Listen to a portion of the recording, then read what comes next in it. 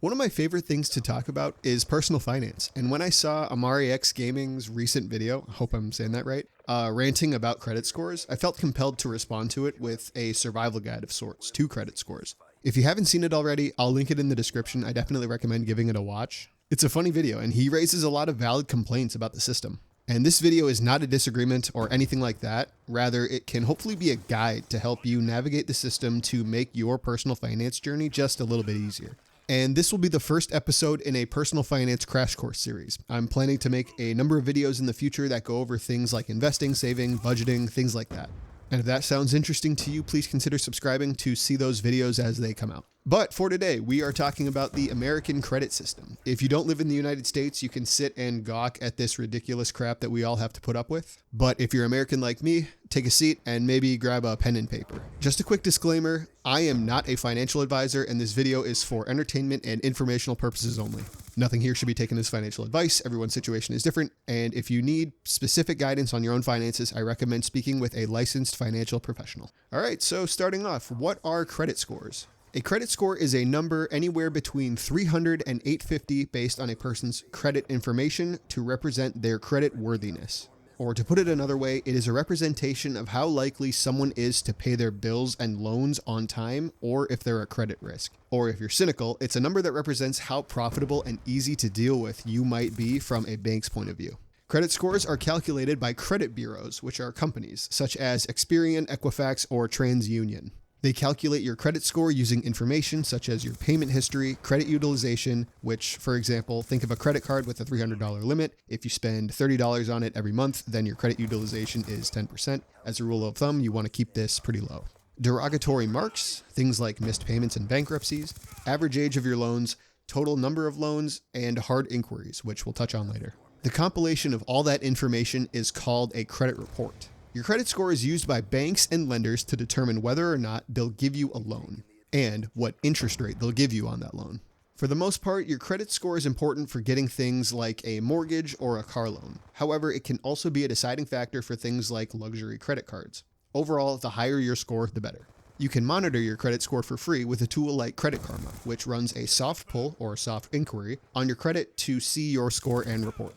If you apply for a loan, you will receive a hard pull on your credit report. Hard pulls will stick on your credit report for 2 years, and banks generally don't like to see a ton of hard pulls in a short amount of time. If you have too many hard pulls in too short of time, that will hurt your score. So make sure to be very careful and intentional about the loans that you're applying for, especially around the time of a larger loan, such as a mortgage or car. Soft pulls are no big deal. They happen all the time, but hard pulls are important. All right, crash course is complete, and that all sounds perfectly reasonable, right? Nah, but in all seriousness, it sucks that we have the credit system. It really does.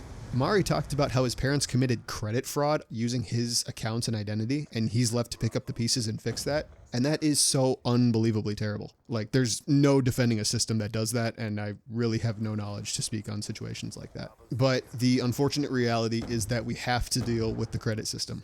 If you ever want to buy a house or a car without paying completely in cash for it, you're not going to be able to if you don't have a credit history or if you have a low score. And like Amari said, some jobs and most rentals will run your credit to make a decision on you. It really sucks, but it is a game that we have to play. However, the good news is that in the majority of situations, good credit is the result of small habits compounded over a long period of time. And those are making your loan payments on time every month. This next section contains the steps a hypothetical young person could take to build their credit. Again, this is not financial advice, and these steps are general. So with that in mind, step 1 would be to open a credit building credit card. This could be at your local credit union, wherever you currently bank, or a place like Discover or Capital One. Let me just say right off the bat, I know credit cards suck and they're dangerous and they're all that. I totally get it. However, they are, by many accounts, the easiest way to build your credit. You can absolutely build your credit without them, using methods like credit reporting bill payments on your rent or utilities, student loans, credit builder loans, stuff like that. But those things aren't all that easy, and they're not very common. I'm not saying that you got to go get a credit card. I know, if you're not a credit card person, do not get a credit card. If abused, a credit card can ruin your life. And if you don't believe me, go watch Caleb Hammer on YouTube. He's got someone who's ruined their life with credit cards 3 times a week in there. Unfortunately, the most common way, and I would argue the easiest way to do it, is with credit cards. In a vacuum, using credit cards to build your credit is actually pretty easy. Take a purchase that you might make once or twice a month. Gas is a good example, or you could put your Netflix subscription on there, something like that. Not crazy expensive, but happens at least once a month. Put that on your credit card and pay it off. Simple as that. You can pay your credit card bill off at the end of your billing cycle at your payment due date, or you can pay it off right after swiping your card. And once you do that, you can put your credit card in a drawer for the rest of the month, and you don't have to use it again until the next billing cycle. But whatever you do, never ever carry a balance on your credit card, which means to not pay your credit card off in full each month. And never forget to pay it off either. Like, I set a monthly event in my calendar for my due date, but if that doesn't work for you, there are plenty of other methods that a lot of people use and employ to make sure that theirs gets paid off. Because it has to get paid off. If you take anything from this video, make it this. If you carry a balance on your credit card, the rest of this video isn't even going to really matter.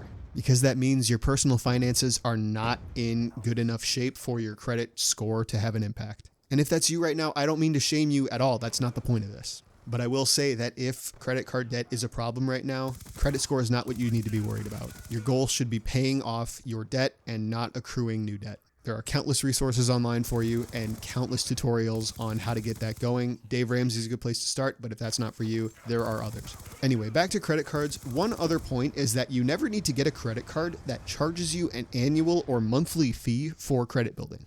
These do exist, and they are basically scams. If you don't have a cosigner, a credit builder card might require you to put down a cash deposit of a few $100s, but that's a deposit that you can get back when you close the card. If they're charging you a fee, you do not need that card.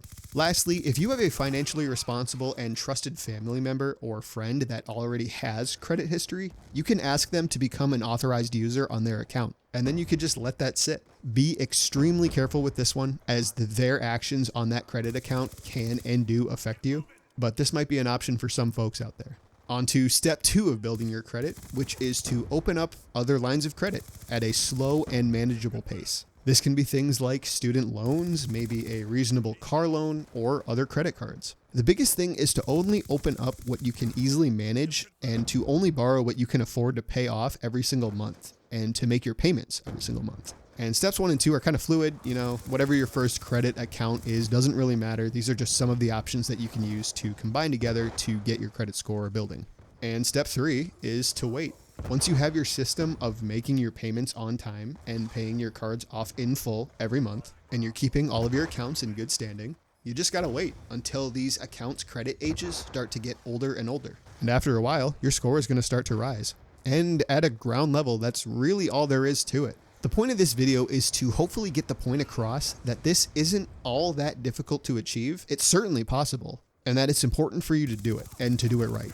Now, if this is your first step into researching credit cards and debt and all that stuff, great job for one. I'm really glad that you're doing this, but please, please, please do more research as you begin or continue on your credit journey. Like I said, I'm not a financial expert. I'm just a guy on YouTube who has gone through and is continuing to go through his own credit journey, but I've linked an article from NerdWallet in the description to get you started on that research. If you made it this far, thank you very, very much for watching. Like I said, I really enjoy talking about personal finance, and there will be more crash course videos like this in the future. So if that sounds good to you, then please consider subscribing.